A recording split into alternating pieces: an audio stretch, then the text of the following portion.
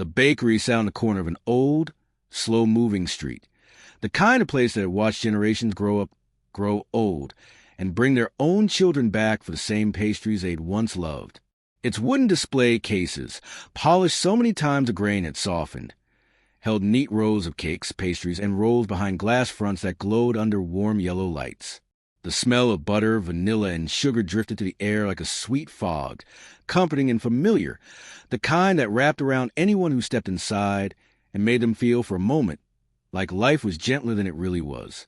The afternoon sunlight spilled to the front windows in golden beams, landing on the tiled floor, and making the whole place look like it was lit from within. Behind the counter, Mrs. Chin wiped down the glass with practiced motions. After 30 years of running this bakery, she could tell a lot about people just from the way they walked through her door, the hurried ones, the lonely ones, the celebratory ones. And then there were the ones who entered with reverence, as though treats were rare treasures. That was how she knew the little girl had something special in her heart the moment she stepped inside. She couldn't have been more than 6 years old, with blonde hair tied into 2 pigtails that stuck out slightly crooked, as if she had tried her best on her own that morning. She wore a pink dress sprinkled with little white flowers, a size too large, the hem brushing her knees. Clutched tightly to her chest was a small canvas bag that looked like it held everything important she owned. Her shoes squeaked softly on the floor as she walked, her wide blue eyes moving slowly across every cake and pastry in the display. She approached the cases with the careful steps of someone who believed such sweetness was a luxury, something magical, something you had to earn. "Hello, sweetheart," Mrs. Chin greeted softly, coming around the counter with a gentle smile. "Can I help you find something?" The little girl straightened, her expression serious for someone so young. "I need buy a birthday cake," she said, her voice tiny but sure. "It's for my mama. She turns 30 tomorrow, and I want to surprise her." Mrs. Chen's heart warmed. "Well, that's a lovely thing to do. What kind of cake does your mama like?" "Chocolate," the girl answered immediately. "She loves chocolate, and she likes flowers.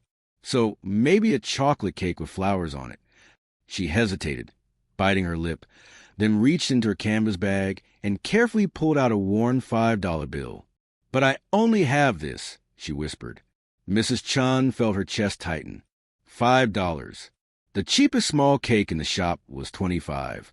A decorated birthday cake with frosting flowers, at least 40. The beautiful ones, the ones like the little girl was imagining, 75 or more. But the child was so proud, standing there with her life savings in her hand. Mrs. Chin couldn't bring herself to tell her the truth. "Not yet." "What's your name, honey?" she asked gently.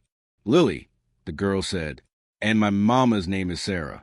"Well, Lily," Mrs. Chin said, kneeling beside her, "why don't you look at the cakes and tell me which one you think your mama would like best?"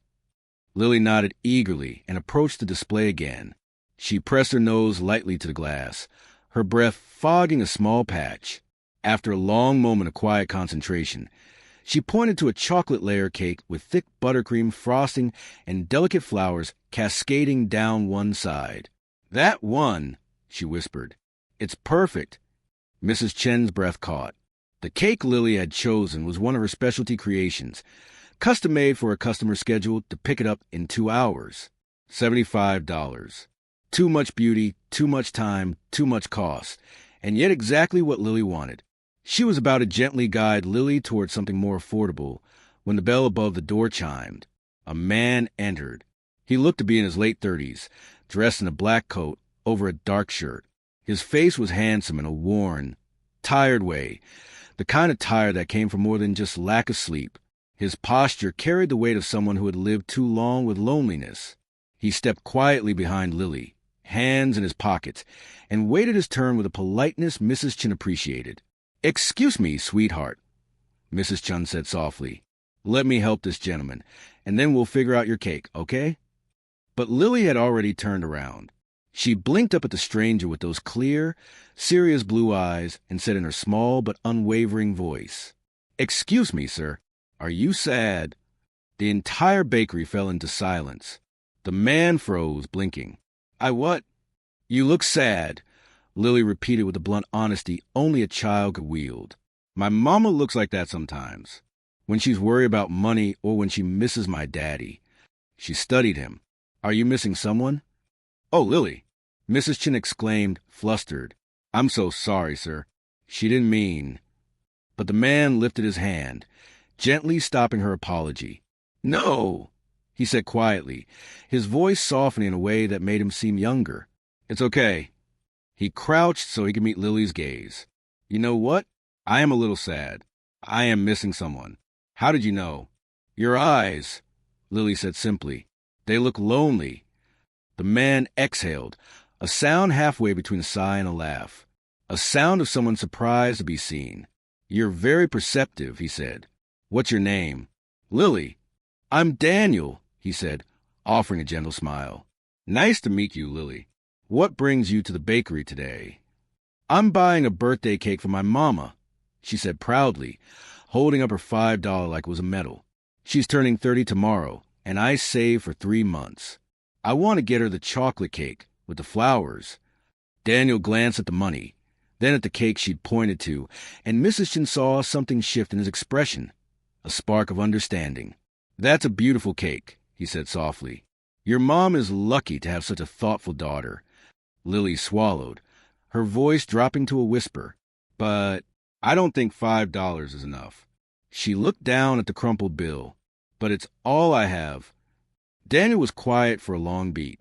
Then he reached into his pocket and pulled out his wallet. You know what, Lily? He said gently. I just realized something. Today is actually my birthday, too. Lily's eyes widened. Really? Really? Daniel nodded. I turned 39 today. And on my way here, I was thinking how I didn't have anyone to celebrate with. No family. No friends waiting. Just me going home alone. But now that I've met you, he paused thoughtfully, I have an idea. He pointed to the very cake Lily loved. What if we share that cake? You take it home for your mama's birthday. And I'll think of it as my birthday cake, too. Birthday cake partners. Lily frowned, thinking, but it's your birthday. You should have the cake. Daniel shook his head. Helping you give your mom something beautiful would make me happy. That would make my birthday special. Lily hesitated, torn. I should pay for it, she murmured. I have $5. Daniel smiled gently. Tell you what, he said. You give me your $5 and I'll add the rest. Team effort. Deal. He held out his hand. After a moment, Lily placed her tiny hand in his and shook. Her seriousness, her sincerity, made Mrs. Chen's throat tighten. Daniel handed over the $5 and his credit card to Mrs. Chun. I'd like to buy the chocolate cake with the flowers, he said. And please add whatever else $5 would cover. Maybe cookies. Mrs. Chin nodded, her eyes misty. I'll box up some fresh chocolate chip cookies, she said. They can be Lily's contribution. As she prepared the order, Daniel and Lily sat at a small table near the window. And for the first time in a long time, the bakery felt like the beginning of something. Daniel and Lily sat at the small window table, the afternoon sunlight spilling across the wooden surface, like a warm blanket. Lily swung her legs beneath the chair, humming a little tune as she traced circles on the table with her fingertip. Daniel watched her with a softness that surprised even himself. He wasn't used to this. Quiet company, gentle company. Most days, he moved through life like a ghost, unnoticed, unbothered, untouched. Do you like birthdays? Lily asked suddenly. Daniel blinked. I used to, he admitted. When I was younger, my mom would bake a vanilla cake every year with strawberries on top. She'd sing even though she was a horrible singer. He chuckled quietly, the memory warming him and hurting him at the same time. But she'd passed away a few years ago. After that, I stopped celebrating. Lily nodded solemnly. My mama says when people we love go to heaven, they still watch us. Maybe your mama wants you to have cake. Daniel stared at her, stunned by the simplicity and depth of her words. Maybe, he murmured. Mrs. Chin brought over a small paper bag filled with warm cookies and placed a beautifully boxed cake on the counter behind her. Lily's face lit up like someone had switched on 1,000 tiny lights inside her. Is that it? She gasped. That's it, Mrs. Chin replied with a smile. Ready to take it home to your mom? Lily nodded so hard her pigtails bounced. She hopped off her chair, rushed to the counter, and placed both hands on the cake box like it was the most precious treasure she had ever touched. Daniel walked over behind her, his steps slower, more thoughtful. "Be careful carrying it," he reminded gently. "I'll hold it like a baby," Lily declared proudly. He chuckled. "Good. Babies don't like falling." Just as they reached the door, Lily turned around. "Wait!" She ran back to Daniel, threw her tiny arms around his waist, and hugged him with the whole force of her little soul. "Thank you for helping me," she whispered into his coat. "You made my mama's birthday special. You're a good person." Daniel stood completely still. When was the last time anyone had hugged him? When was the last time someone had said he was a good person? He swallowed hard, his voice cracking. "Thank you, Lily." She stepped back, gave him a big smile, and hurried out the door with Mrs. Chen's gentle help, the cake held carefully in her hands. Daniel followed her outside and watched her cross the street toward the bus stop. Her feet barely touched the ground. She was practically floating. He didn't know why he stayed there, standing on the sidewalk long after Lily had disappeared from view. Maybe because something in him felt lighter. Maybe because the world didn't seem quite as empty as it had an hour ago. He walked home slowly, carrying the warmth of that tiny hug with him like a flame cupped between cold hands. Lily burst through the door of their small apartment, shouting, "Mama, Mama, come see what I got." Her mother, Sarah, rushed out of the kitchen, wiping her hands on a dish towel. "Lily, sweetheart, what happened?" "Did something." Then she saw the cake. Her breath hitched. "Lily, where did you get that?" "It's your birthday cake," Lily announced proudly. "I bought it with my own money." "Well, I had help, but I paid $5. And we're birthday cake partners." Sarah's eyes filled instantly, her hand covering her mouth. Their life had been one long struggle lately. Bills piling up, long work hours, barely enough for necessities. A cake like that, something so beautiful, so luxurious, was something she could never have afforded. She knelt down, cupping Lily's face. "Baby, this is the most beautiful cake I've ever seen," she whispered. "Thank you," Lily beamed. "And guess what? The man who helped me, today was his birthday too. But he had no one to celebrate with. So we shared the cake. And he was sad, Mama, really sad. I could tell." Sarah's smile softened with worry and sympathy. "Well then," she said, brushing a strand of hair from Lily's forehead, "you must have made his day better." "I tried," Lily said earnestly. Sarah hugged her tight, grateful for a daughter with a heart big enough to hold the whole world. Meanwhile, across the city, Daniel sat on his couch in his quiet apartment. A single cupcake Mrs. Chun had slipped into his bag resting on the table. He stared at it for a long time before lighting the tiny candle she had included. He didn't sing, but he closed his eyes, and, for the briefest moment, he felt like someone out there knew he existed, like someone cared, like he mattered. He exhaled a shaky but peaceful breath. "Happy birthday," he whispered to the quiet room. The next afternoon, Daniel found himself walking near the bakery again. He wasn't sure why. Maybe habit, maybe hope. Maybe he just wanted to feel that flicker of warmth again. The bell chimed as he entered. Mrs. Chin looked up, smiling warmly. "Back so soon?" He shrugged, slightly embarrassed. "Just passing by."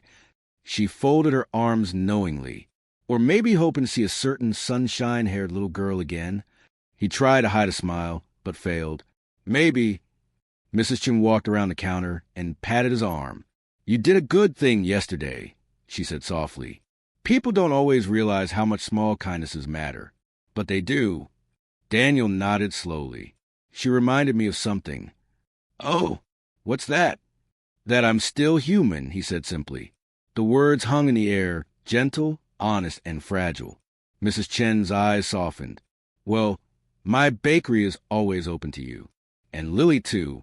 Daniel glanced out the window, hoping just a little to see Lily again.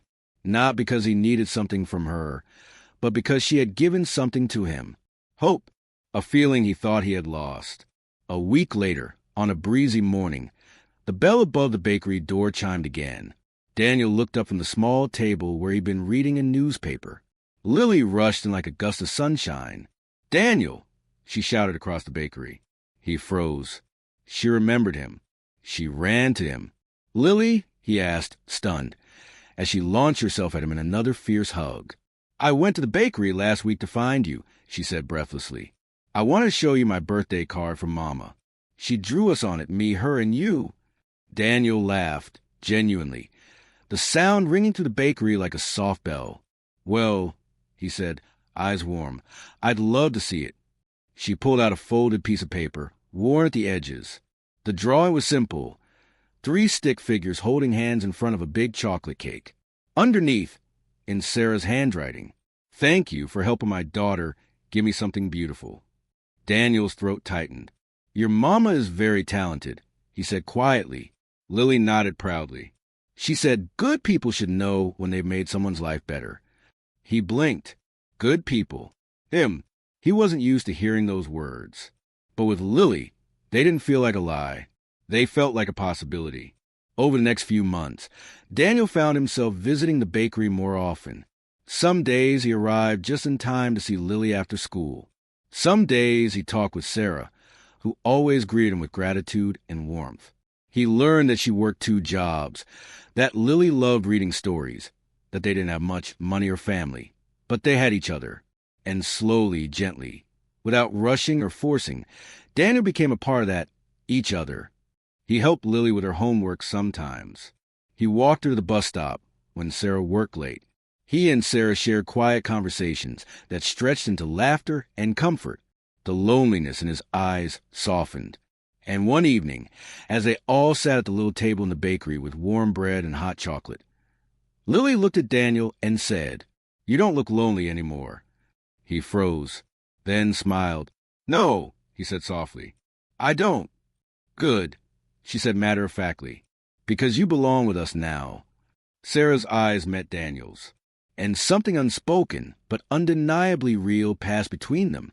It had all started with a cake Lily couldn't afford, a kindness Daniel didn't expect to give, and a moment in a small corner bakery where 2 lonely lives found the beginning of a shared future. Sometimes, family isn't something you're born into. Sometimes, it's something you stumble into by accident, by fate, or by one little girl's stubborn hope. And sometimes, it's as simple as sharing a birthday cake.